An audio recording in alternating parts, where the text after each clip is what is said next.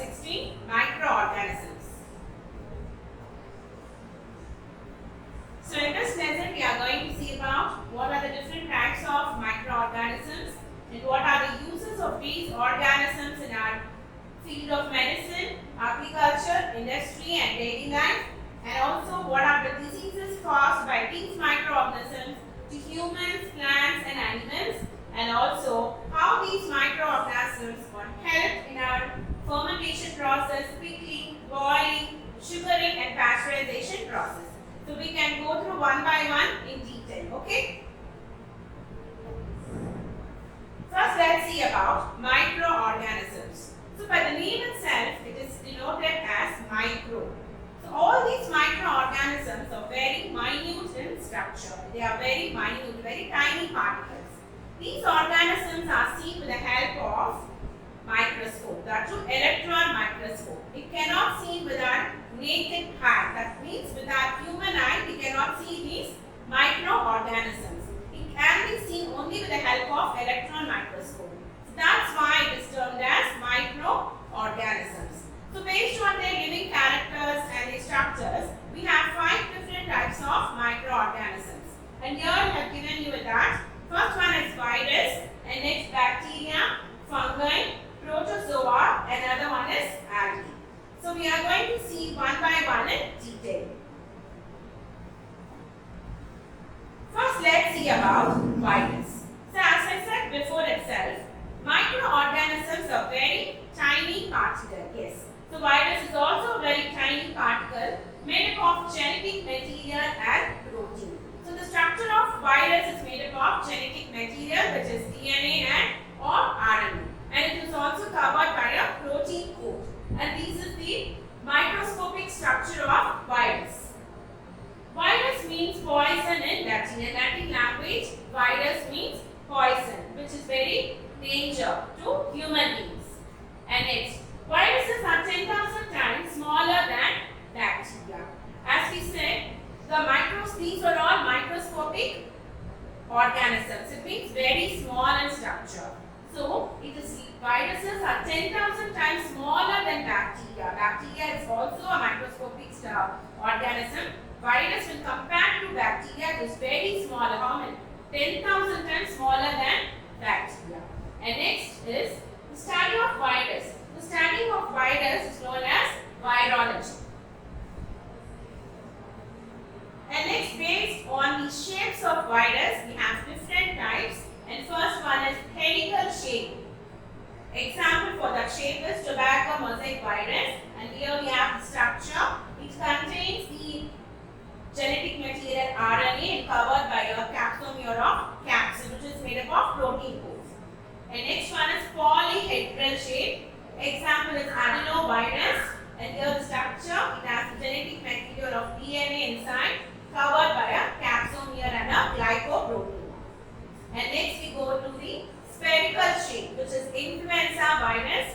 This virus, I think many of you have heard about. This is a common virus which gives you the disease of common cold, flu and all. So this type of virus causes those diseases. And it is a structure of influenza virus. It has RNA as a genetic material and covered by a protein coat. And next, coming to the complex structure, that is bacteriophage. Here I have given you the structure of it. Also has a DNA as a genetic material inside and also has a protein coat outside. Now, this is the structure of virus. Here we are going to see in detail. So all this virus is a very tiny particle, and the structure of virus, the particle, that is the virus, contains a genetic material at the center point. This is known as genetic material. This is the genetic material. Genetic material may be either DNA or RNA, anything else. Okay, and this genetic material is covered by a core protein, which is covered by a protein coat. So first inside it has a genetic material, either RNA or DNA, and it is covered by a coat which is made up of protein. And this protein coat is also covered by another layer of envelope of protein, and it is also made up of 3 layers, that is lipid, carbohydrates, proteins. So altogether this covered by a layer of lipid membrane bilayer. So this structure, can you see the structure, children? This one is known as spike. It is also named as spike. Okay, this spike is made up of like protein, lipid or carbohydrates. So this is called spike. Why this in this structure means this helps the virus to get attached to the host cells. So when these viruses are get into our body cells, so these spikes will make the virus very easy to get attached to the host cells. And next we are going to see about characteristics of virus. So virus have both living and non-living characters. So depends upon the place and depends upon the surface it grows and depends upon the environment it gets settled on. According to that, the virus will react. Okay. So viruses show both living and non-living characters. They respond to heat, chemicals and radiations. So depends upon the radiations and the effect of heat, chemical, the virus will get react. Okay, according to that, it started to react. They reproduce inside the cells and produce copies of themselves. So what does it mean? Actually, we say the virus will infect our body cells. When it infect our body cells, it enter into our body cells, and once it enter into our host cells, it get started multiplying. Okay, that is called reproduce. It started multiplying its copies. Number of copies of viruses started to multiply. Means it reproduce. It started to produce a number of copies. So they are inactive when present freely in the environment. So when it is present freely in the environment, the virus doesn't show any change in reactions or anything else. But when it is present inside the host cells, okay, when it gets infected or when it gets infects the other cells, at that time it starts to react. Okay. And next we are going to see about bacteria. Okay, so bacteria is also one type of microorganisms which is a very minute in structure. So bacteria are single cell means it's a one cell, and hence it is called prokaryotes. Why it is called prokaryotes means it is a cell which without nuclei. There is no nuclei inside, but it has a false nuclei, you can see. Okay, but it doesn't have actual nuclei. So it's called prokaryotes, means without nuclei. The study of bacteria is called bacteriology, and here we have two different types of bacteria. One is aerobic bacteria and another one is anaerobic bacteria. So what does aerobic bacteria means? It started to grow because it requires oxygen. With the help of oxygen, this bacteria will start to give growth. So that is called aerobic. Another one is anaerobic bacteria. So these type of bacteria doesn't require oxygen for their further growth. And next we can see structure of bacteria. So this is the structure of bacteria. So the main parts about the bacteria is its flagella. So this is known as flagella, bacterial flagellum. This is the main parts. This flagellum helps the bacteria for locomotion. So what is locomotion? It's moving from one place to another place. Okay. So this one flagellum helps bacteria to move from one place to another. Okay. It is at one end of the part, and it also has a organelles like cytoplasm, ribosomes. It also covered by a cell wall, and here we have plasma membrane, plasmid. Okay, all that are present inside the structure of a bacteria. And now we are going to see about, based on the shapes of bacteria, how it is classified. Okay, so it depends based on the shapes. It is classified in two different types. First one is known as Bacillus bacteria. The structure is broad shape. Broad shape. So example is Bacillus, and here you have Coccus, that is spiral, or it is a ball shape. See how it is? It is ball shaped bacteria. An example for this is Coccus. Another one is Vibrio. Look at the shape of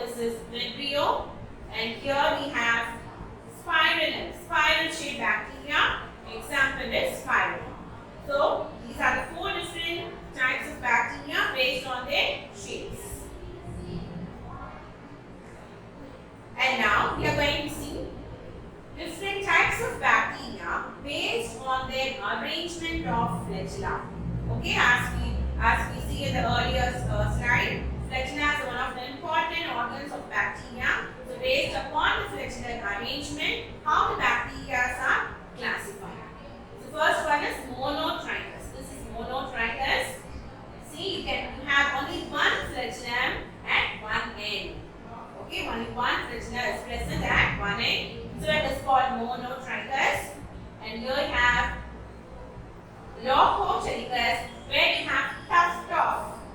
This is tuft of flagella at one end, and Amphitrichous, here you have flagella at both ends. This one is Atrichous, which have no flagella. There is also a bacteria without any flagella. And here this is Peritrichous, which have flagella on all the sides of the body. Okay, so these are the different types of bacteria based on the arrangement of flagella. And now, already we have seen virus is one type of organisms, microorganisms, bacteria, and now we are going to see about fungi. So fungi is also one type of microorganisms. Fungi are a group of eukaryotic organisms. Eukaryotic organisms means the cells which have nucleus inside. Okay, and they lack chlorophyll. By seeing the color itself, you can identify there is no chlorophyll. Okay, so they lack chlorophyll, and they grow in dark environments. Okay, so mainly they grow in dark environments. The study of fungi is called mycology. Okay, and one type of fungi we are going to see, that is yeast. So we are going to see the structure of yeast. This is the structure of yeast. Yeast is grown in all media containing sugar. So wherever sugar particles, wherever you can see the sugar content, yeast will start to grow in that. So yeast mainly helps in the process of fermentation. So as we know that fermentation is a process which is carried out for making bread. Okay, that is one common example everyone knows. So in making bread, yeast plays an important role in the process of fermentation. Okay, so the cell is ovoid in shape. This is the shape of the cell. It has a cell wall, plasma membrane, vacuole inside, mitochondria, nucleus, and Golgi apparatus. Okay, all these organelles are present inside the cell, and each helps in the fermentation with the help of enzyme. Zymase. Zymase is one of the enzymes which plays a major role in the fermentation process, which is carried out by means of yeast. Is one type of microorganisms that comes under fungi group. Next one we are going to see about algae. Algae is also one type of microorganisms. So this is the microscopic structure of algae. So by seeing that itself, you can identify the color. It's green color because of the chlorophyll. Because of the pigment chlorophyll, it is green in color. So where it found? Where we can find these algae? These algae are found in moist places. Moist means water content places. If there is stagnation of water for more than many days, we can find a surface, we can find a thin film of green color surface on the water. That thin film is known as algae. So they are rich in chlorophyll, that's why the color is green in color. And the study of algae is known as algology. Next we are going to see about one type of algae, that is Chlamydomonas. Coming to the structure of Chlamydomonas, it has a flagellum, two flagellum will be at the anterior end, and it has a contractile vacuole, mitochondria is present. Okay, with this flagellum, it moves from one place to another. That means it helps in the locomotion process. Okay, so it also has a food vacuole inside. Chloroplast is also present inside. It has a nucleus also.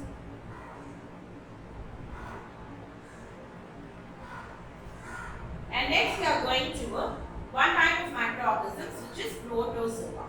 So one of the example for protozoa is amoeba. Okay, as you all know that what is the unicellular, which is the unicellular organism. So it's a common thing which everyone knows is amoeba. The structure of amoeba is given here. It is a unicellular microscopic organism. So this is the structure of amoeba. See how it looks. It moves with the help of pseudopodia. This is known as pseudopodia. This is finger-like structure. And this is also called as false feet, because with the help of this, it is able to move from one place to another. And also with the help of this, it also catches the prey. The food which is needed for growth, it catches the prey with the help of the pseudopodia, and it swallows the food and it takes the food inside the food granule. So this is the structure. So it moves with the help of pseudopodia, and this is the structure how it looks. This helps to catch its prey. This structure, no, it helps to catch the prey for the further growth. So far we have seen 5 different types of microorganisms, children. First one is virus, another one is bacteria, fungi, algae, and also protozoa. And now we are going to see about uses of these microorganisms. How these microorganisms are useful to in our daily life. Okay. The first part will be a medicine. So many microorganisms are useful in the field of medicines. So one of the important one is antibiotic. So penicillin is one of the common antibiotic, and it is the first antibiotic also which is discovered by Alexander Fleming by means of a fungi named Penicillium chrysogenum. So with the help of Penicillium chrysogenum, we found an antibiotic named penicillin. Okay, penicillin. So penicillin is an antibiotic. When these antibiotics are prepared from organisms which is very toxic to another organisms. When these antibiotics are injected into the human cells, it started to produce antibodies which helps to invade or which helps to control the growth of germs or other diseases. And next one, how microorganisms are useful in the field of vaccines. So microorganisms are also useful in the preparation of vaccines. So what is vaccines? So vaccines are a substance which we got from a dead or weakened microbes. From dead or weakened microorganisms, we have preparing this vaccines. So Edward Jenner was the first scientist who discovered vaccine for smallpox in the earlier days. So he only coined the term vaccination. So vaccination means injecting vaccine to a person, to human body, so that these vaccines started to create antibodies to fight against the germs and other diseases. And now we are going to see how these microorganisms are useful in the field of agriculture. So many microorganisms and bacteria, viruses, and fungi are all involved in the preparation of natural fertilizers and also biofertilizers. Now, natural fertilizers, we have given some names: Rhizobium, Acetobacter, Lecem, Acelo, Cyanobacteria, and AM fungi. All these are natural fertilizers prepared with the help of bacteria, fungi. Okay? And it also helps in the nitrogen fixation, which helps in the further growth of the plants, and biocontrol agents. Okay? It also used to control the pesticides. It means getting infected by the other organisms. Okay? So it also helps in those forms. And here, uses of microorganisms in the field of industry. So how are we going to help? The first one will be sewage treatment. So the wastewater which we are setting it out, right? The wastewater, all these waters are converted into a drinking potable. In drinking means what's a potable water, right? So all these waters are how it's converted. Even microorganisms, that is bacteria, are also helpful in this process. Sewage treatment, here I have given how the sewage treatment plant looks. Okay, this is a plant which is run by many private sectors and also government sectors are doing this. Okay, they converting the sewage water into a potable water, into a drinking water. There are many processes which undergoes here. Primary process are there, final secondary process, and all treatment are there. So bacteria, that is one type of microorganisms, help under this process to give us drinking water. And also it helps in the production of biogas, production of alcohol and wine. Some bacteria also helpful in the production of alcohol and also wine. And next we are going microorganisms are helpful in our daily life. Okay? The first one is fermentation. So fermentation in making bread. So as we said, yeast is one of the fungi which help in the fermentation process, right? So this fungi, yeast helps in the fermentation process which gives us bread. And here it is, bacteria is also used in converting milk into curd. In milk we have lactose. Lactose is converted into lactic acid with the help of bacteria lactobacillus. Okay, so now milk is converted into curd. So the bacteria lactobacillus plays an important role in this process. And how these microorganisms such as bacteria are helpful to human. So this is human intestine, children, you can see. And inside this human intestine, microorganisms that is bacteria is growing. Okay, lactobacillus acidophilus are growing. This is what kind of bacteria. Okay, this bacteria helps in digestion process in converting the food particles. Okay, and also to fight against the germs and other diseases. Okay, this bacteria helps and it lives, it grows inside our human intestine. And there are also a bacteria named E. coli which also more helpful in producing vitamin K and vitamin B complex. These two vitamins are synthesis by means of bacteria known as E. coli. And next we are going to see about how these microorganisms are helpful in food preservation. Okay, how these microorganisms are used to preserve our food. Okay, so first one we are going to show about sugaring. So the process which undergoes in sugaring is fermentation. Okay, so by means of fermentation, the sugar content which is present in this food particles is converted into alcohol, which gives you taste and also flavor to the food. So this avoid the growing of bacteria in the food particles. This fermentation process avoid the growing of bacteria. Okay, and next one is boiling. So boiling is again a process in which we can, by boiling the food content, maybe liquid food products like milk or water, by boiling, we can also avoid the growing of germs in it for a longer time. Another one is pickling. So you all know everybody's home, your mother will also do pickling. Okay, so pickling is also one kind of process, so which avoid the growth of microorganisms. So here we are using an edible oil, which may be alcohol, vinegar, or any kind of vegetable oil. By using this type of oil, this oil prevents the further growth of microorganisms in the food particles and will allow it to keep for a longer time.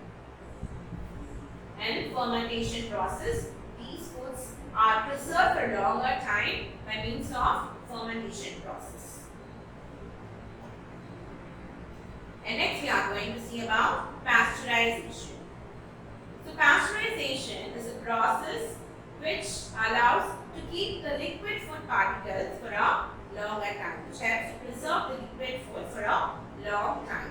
So Louis Pasteur is the name of the scientist who discovered this pasteurization method. So he discovered that when liquid substance, say for example milk, when milk is heated up to 70 degrees C and then it is cooled up to 10 degrees C and stored in a pasteurized milk, the pasteurized bottle, it means sterilized bottle, in a cold place, we can preserve this food for a longer time. If this process is followed, we can preserve a food like milk or any other liquid substance for a longer period. And next we are going to see about harmful microorganisms. So in the previous slide we learned about how microorganisms are helpful in our daily life and how it helps to preserve our food. And now we are going to see how microorganisms are harmful to human beings, plants and also to animals. Okay, so many microorganisms are harmful to plants, animals and humans. Here in your textbook you have a tablet here I've given you one small examples, two examples for each category, children. Okay. So first one we can see plant diseases. So some microorganisms cause disease to plants. It is called citrus cancer, potato blight diseases, which have small damage in food particles in potato. Another one we have animal diseases. Some microorganisms cause diseases in animals named foot and mouth diseases. And last one is human disease. Microorganisms also cause diseases to humans. Example, tuberculosis, cholera, common cold and malaria. Okay children, so by this we are completing the unit 16 portion. Okay, thank you children.